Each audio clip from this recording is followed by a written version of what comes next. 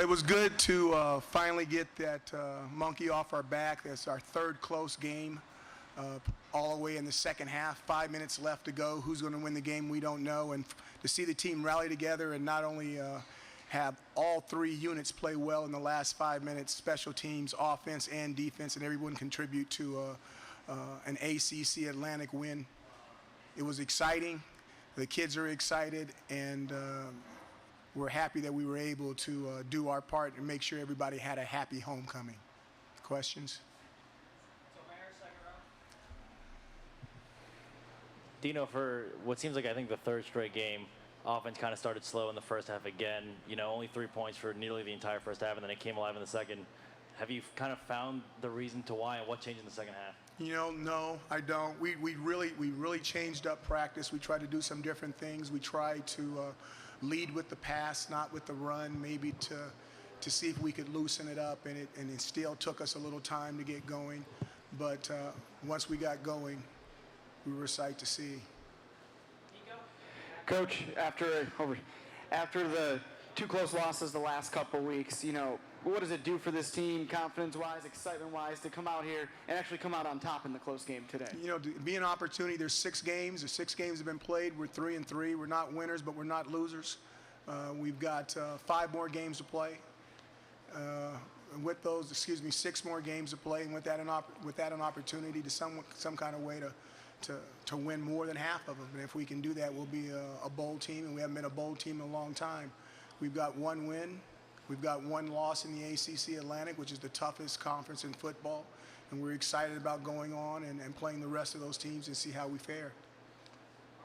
Coach, can you talk about your defense and particularly how they held Pitt on third down? Pitt was only 3 of 13 in third downs. You know, when you come in at halftime and you see that the opposing team has not converted a third down, I mean, that's absolutely amazing. Now, I believe we only had 1, so someone else was doing some amazing stuff too. But to see that carry on and over in the second half, for our defense to put that performance out on the field, and that's a very, very good football team. That quarterback used to play at USC, I mean, and that number 85, I can't think of his name, he's so fast, it's ridiculous. But, you know, they're big guys, they're physical. Pat Narduzzi does it the right way. That's a good program. And, you know, they're our rival. If we're going to play them every single year and they're on the other side of this division, they're our rival, and we need to play them like a rival. I think at some point, maybe late in the first quarter, early second, I saw Evan Foster. I didn't see what happened to him, but left the game. What can you tell me about how he's doing, and how did you see the DBs kind of step up without him? You know, the trainers really didn't give me they said that he was down. They said they were going to check him, and they have not gotten back to me. I did not see him at I did not see him after the game when we sat down. Now, he could have been there because we got a lot of guys in there with the recruits and stuff. I'm talking about in the locker room afterwards. So I really didn't see him where I could say, hey, Steven, it's this or it's that. So I really don't have, and I'm being honest, I don't have an answer for you because I hadn't seen him. Seemed like a lot, Coach over here, a lot in the second half. Every time the offense got rolling, there seemed to be a stoppage, and not accusing Pitt of anything, but do you feel like other teams maybe use that strategy against you where they might have an injury at a key time to slow you down? You know, those guys have, if they're tired, they have, you know, or if they're hurt, they have, the rules say that they can get assistance, and that's what the trainers and the medical people are for, and they got a lot of assistance against us.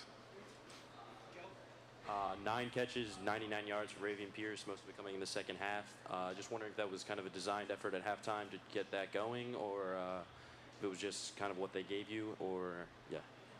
You know, it's the latter. You know, it's what they were giving us. We didn't want to be hard head. You know, a hard head makes a soft behind. That's what my dad used to say all the time. And, hey, they're giving it to you. You want to move the ball.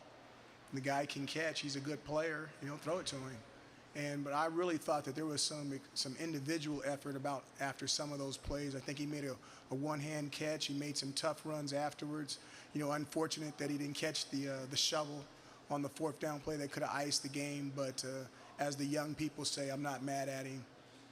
He played a fantastic game, and we're lucky to have him. Coach, it seemed like Dante only had 1 or 2 carries for the majority of the first half, and then in the second half and up late, you guys ended up using him for 25 carries. What was the reasoning behind that? Well, we just felt that they were getting a little tired, looked like they were getting a little winded. We felt that we could push them around a little bit. And the thing about running the football is not those big runs. It's not those, you guys are looking at me like I'm crazy. It's not those 50 and 70-yard runs. It's the 3 and 4-yard runs.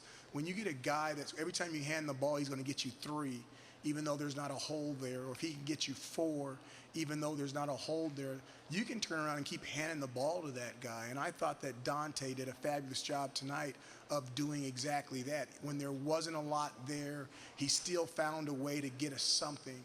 And when they're giving us effort like that, it makes you want to turn around and hand the ball to him even more.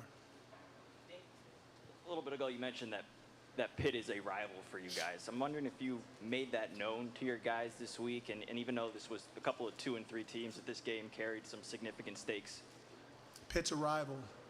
You know, we understand that. We need everybody else to agree with us, don't disagree with us, and treat them as such. And did you, despite both teams being 2 and 3, did you make it known that this game carried some significant stakes given the course that's coming up? Yes.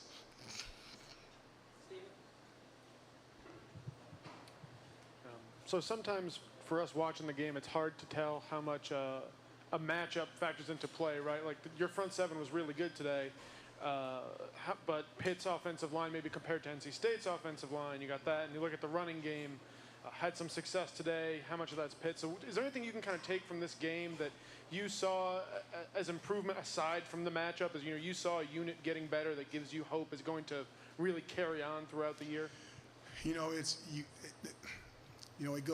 Okay, this is my movie analogy for the press conference right here. You remember the scene in Matrix when they had all those lines and Neil was sitting there and he's like, is that the lady in the red dress? And the guy sitting back there, he said, all I do is I just see the lines. I don't even see the lady in the red dress. Okay, what am I talking about? This is what I'm talking about. There's so many things going on during the game. There's so much matchups. I'll give you an example, one example. Their corners are really good. Their corners are really good. But we had ran so many plays, one of their corners got out. As soon as their corner was out, we threw deep to Ish. We threw deep to Ish, and now that corner was back in. I mean, there's things that are going on during the game that, unless you're really in on it, you don't see all that stuff. So I think that we pushed them around a little bit. I wouldn't say we pushed them around a lot. They did some fantastic things in our no-back sets. We're in no-backs, and they did some very exotic blitzes that were confusing our offensive line. And my hat's off to them. I'm like, wow, that's something. And our guys were a little confused. We hadn't seen that yet. So they were putting pressure on us in situations, on our deeper passes so much more than our shorter passes. But all that stuff's going on during the game. I got asked a question about time management before I got here, and it had to do with personnel and the time left in the game and what's going on. So there's a lot of stuff. Fabulous question, and yes, that stuff goes on. Final question for Coach. Really able to spread the ball around today in the passing game. How much more effective is this offense when you can get guys utilized in the slot like Pierce and DCB and a whole bunch of guys, not just Ish? When talking to the team last night at the hotel, I said, I told them, I said, I really don't know who's going to have a big day. Whether it's even I said this to the defensive players. I think Paris Bennett had, 13 tackles? 14 tackles. Oh, I'm sorry. You spanked me. Okay, so Paris Bennett had 14 tackles tonight. We don't know which linebacker is going to be making all those plays. Ryan Guthrie made a key sack. Half the time he's playing linebacker, half the time he's playing defensive end. We really don't know who's going to make the big play. Cole Murphy did an unbelievable job kicking the ball out of the end zone. Their returner, number 10, is one of the most dynamic returners in the league. That guy can put points on the board. We couldn't let him touch the football, which tied into what we did on fourth when we were down in our own end zone, 4th and 5 or 4th and 1. I mean, whether we're going to kick off to that guy, kick a field goal, go up by 6, kick off to that guy, he gets the ball, and then the game's over, they could kick a PAT.